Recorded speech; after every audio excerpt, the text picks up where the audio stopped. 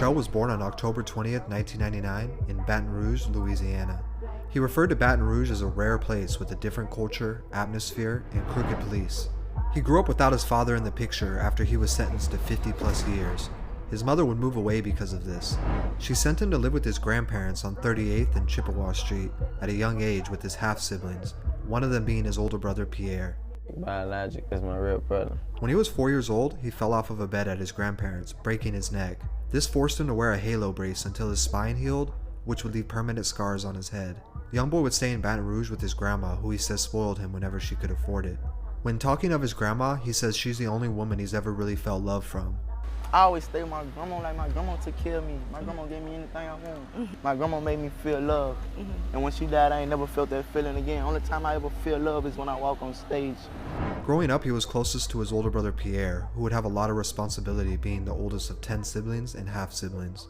When Cantrell was 7 years old, he came to Pierre on the porch with a notebook and told him he wanted to be a rapper, being inspired by his biological mom, who used to be a rapper as well. He started off writing in the composition notebook. We was on the porch. He came to me with this composition notebook, and he was like, you know, this is what he wants. He began writing his first raps over the coming years, but was still a child and didn't take it 100% serious yet. As he and his brother got older, there's no question that the street life would influence them, but it wasn't always that way.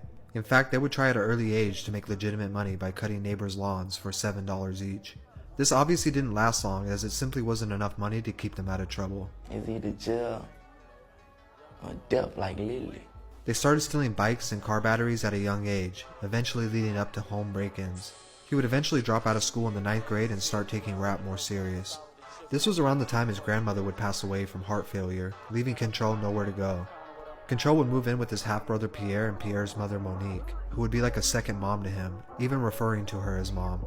At 12 years old, Pierre and Cantrell would be having a conversation about life when Pierre told him not to worry, we're never going to be broke again. This conversation would lead to the beginning of the NBA slogan, starting with just the two of them and then expanding to his cousins and younger brothers as well. Monique, who saw the hard work they had been putting in, would fund their first official studio session, and also help them buy a microphone from Walmart. Looking up to other Baton Rouge rappers like Lil Fat, Fredo Bang, and G Money, who was one of his first mentors, he started to craft his style.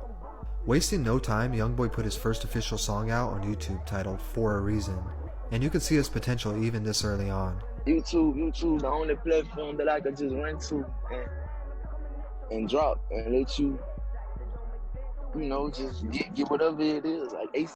Better known as NBA 3, would take the role as manager in all things business. He started printing over 1,000 CDs of Youngboy's music and passing them around Baton Rouge. This gave them their very first but also small fan base. Soon as Youngboy was really starting to consistently make music, he would have his first run-in with the law, putting him in juvie for 6 months for a break-in. I ain't gonna say it was the best thing that happened to me, but shit, it helped me know my purpose. It helped me know what I want to do. While in jail, he had time to write raps and work on his lyricism, so he could be ready to drop music on his release. While 3 is promoting the music and doing the groundwork, Youngboy would be released from juvie and drop his first ever mixtape titled Before the Fame, which was very fitting.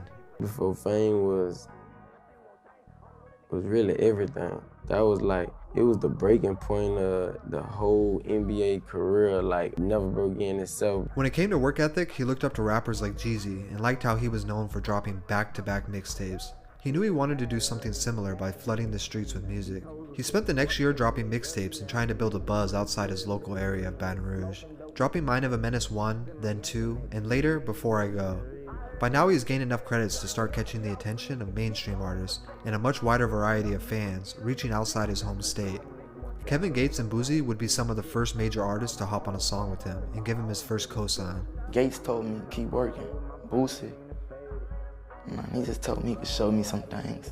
As well as Meek Mill, who is said to have been one of the first people to discover him and give him the name Youngboy. In October 2016, he dropped his breakthrough mixtape 38 Baby, which should really be considered an album for how well put together it was.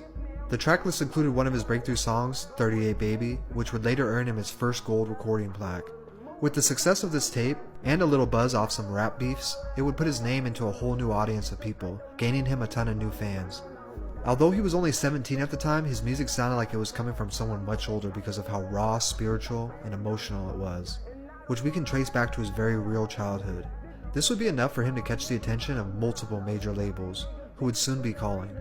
He would also officially change his name to Youngboy Never Broke Again, to avoid any issues with the National Basketball League, although he's still considered NBA Youngboy to everyone else. In an interview with XXL in 2016, he stated, "I'm going to be the next new thing that you see in rap. I'm Youngboy."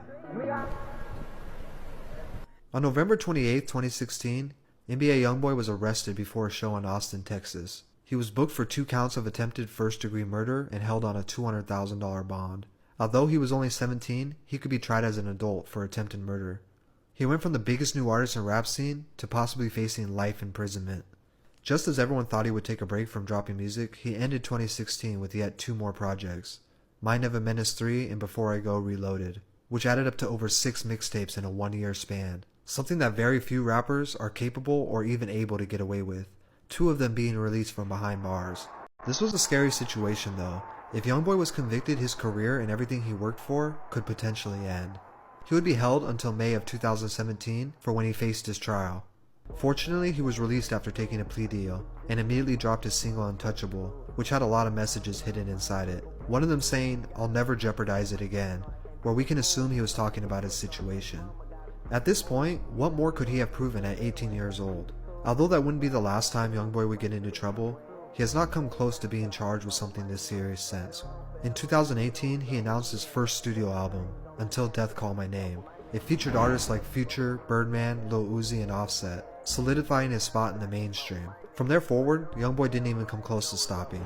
He knew it was his time, dropping back-to-back mixtapes and EPs where he would go platinum in the streets and then platinum on the charts. I just knew at one point it wasn't no stopping me. You hear me? I knew that this moment was gonna come, nigga, to put me right there with you.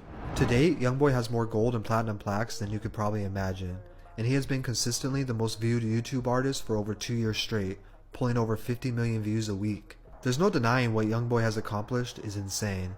All of this happened while spending a majority of his career either locked up or on house arrest, showing us nothing is impossible, even at a young age, but it wasn't easy.